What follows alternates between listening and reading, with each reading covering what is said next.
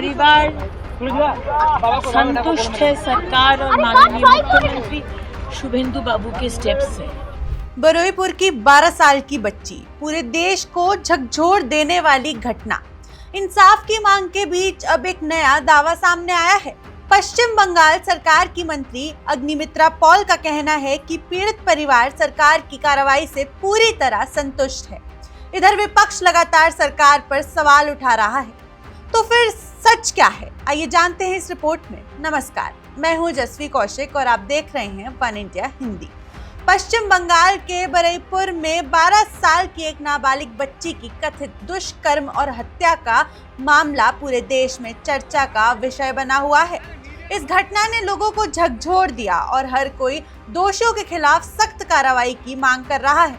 Police के अनुसार बच्ची शनिवार को लापता हुई। काफी तलाश के बाद उसका शव एक तालाब से बरामद किया गया। शुरुआती जांच में दुष्कर्म और हत्या की आशंका के बाद मामला दर्ज किया गया।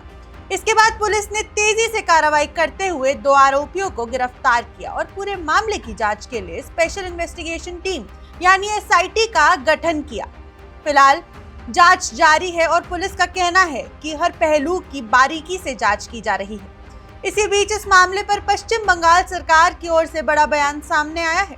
राज्य की मंत्री अग्निमित्रा पॉल ने मीडिया से बातचीत में दावा किया कि पीड़ित परिवार सरकार द्वारा उठाए गए कदमों से संतुष्ट है।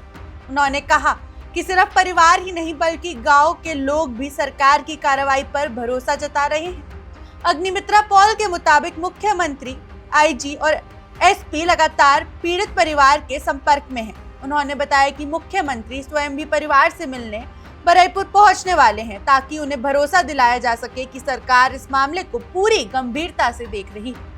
मंत्री ने यह भी कहा कि वरिष्ठ अधिकारी लगातार परिवार के संपर्क में हैं और जांच में किसी तरह की लापरवाही नहीं बरती जा रही। सरकार का दावा है कि दोषियों को कानून के मुताबिक कड़ी से कड़ी सजा दिलाने के लिए सभी जरूरी कदम उठाए जा रहे हैं। पूरी परिवार संतुष्ट है सरकार और माननीय मुख्यमंत्री शुभेंदु बाबू के स्टेप से। हम नहीं बोल रहे, उनका पिताजी बोल रहे, हम लोग पूरी संतुष्ट है। बहु बार मुख्यमंत्री ने फोन किया है, बहु बार IG साहब ने फोन किया है, SP साहब ने फोन किया है। आज 1 बजे माननीय मुख्यमंत्री जी आ रहे, उन लोग इससे संपूर्ण विश्वास है। लेकिन दूसरी ओर विपक्ष सरकार के इन दावों से बिल्कुल सहमत नहीं है। तृणमूल कांग्रेस की ओर से इस घटना को लेकर कैंडल मार्च निकाला गया और घटना की निंदा की गई। वहीं TMC सांसद कीर्ति आजाद ने BJP पर आरोप लगाया कि इस मामले को सांप्रदायिक रंग देने की कोशिश की जा रही है। कीर्ति आजाद ने कहा कि किसी भी पीड़ित का धर्म नहीं देखा जाता। उनके मुताबिक सबसे जरूरी बात है पीड़ित परिवार को जल्द न्याय मिलना। उन्होंने राज्य में महिलाओं की सुरक्षा और कानून व्यवस्था को लेकर भी सवाल उठाए और कहा कि सरकार को राजनीतिक बयानबाजी के बजाय न्याय सुनिश्चित करने पर ध्यान देना चाहिए। उधर राज्य सरकार का कहना है कि जांच तेजी से आगे बढ़ रही है। 2 लोगों की गिरफ्तारी हो चुकी है, SIT काम कर रही है और वरिष्ठ अधिकारी लगातार मामले की निगरानी कर रही है। यानी इस वक्त 2 अलग-अलग तस्वीरें सामने आ रही हैं। एक तरफ सरकार का दावा है कि पीड़ित परिवार उसकी कार्रवाई से संतुष्ट है, तो दूसरी तरफ विपक्ष कानून व्यवस्था और सरकार की भूमिका पर सवाल उठा रहा है। हालांकि इस पूरे मामले में सबसे महत्वपूर्ण बात यह है कि जांच अभी जारी है, इसलिए राजनीतिक आरोप प्रत्यारोप से अलग अंतिम निष्कर्ष जांच पूरी होने के बाद और अदालत की प्रक्रिया के बाद ही सामने आएगा।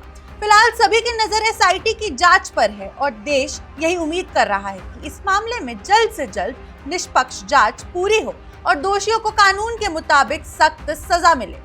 सरकार का दावा है कि पीड़ित परिवार उसकी कार्रवाई से संतुष्ट है, जबकि विपक्ष लगातार सवाल उठा रहा है।